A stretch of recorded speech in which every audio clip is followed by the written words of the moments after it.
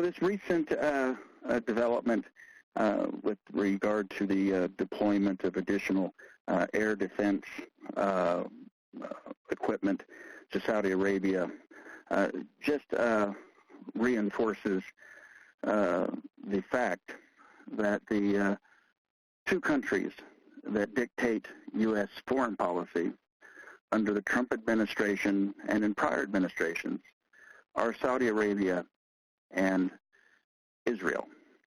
In fact, since the Gulf War of 1991, the United States has engaged in military operations multiple times at the behest and at the service of both the illegitimate Saudi royal family and the Zionist regime in Tel Aviv.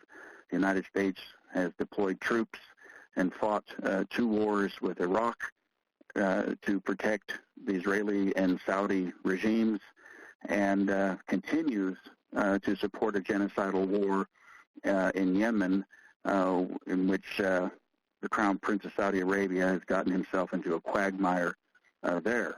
And the U.S. support of the Yemen war is contrary to American values. It's against what the American people believe and support, and even Congress has voted to cut off supplies, and the Trump administration, via its neocon-dominated staff, has overridden Congress in that measure.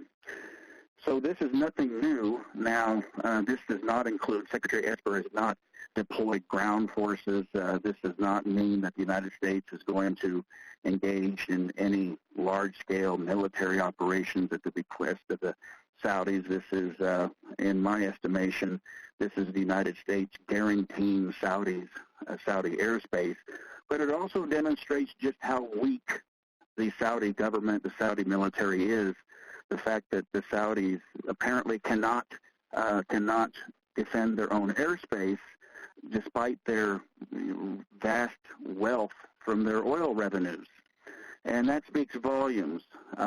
Perhaps their quagmire in Yemen has drained their military resources, so obviously they're not going to release any information.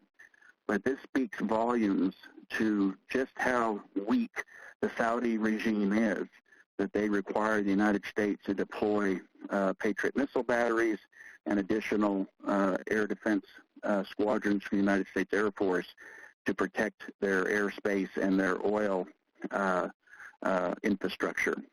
So this does not bode well for Saudi Arabia, despite all of the statements from Mohammed bin Salman, who should be indicted and tried for murder. And I think this also, the world should look down upon this as yet another American deployment into the Middle East rather than American withdrawal from the Middle East.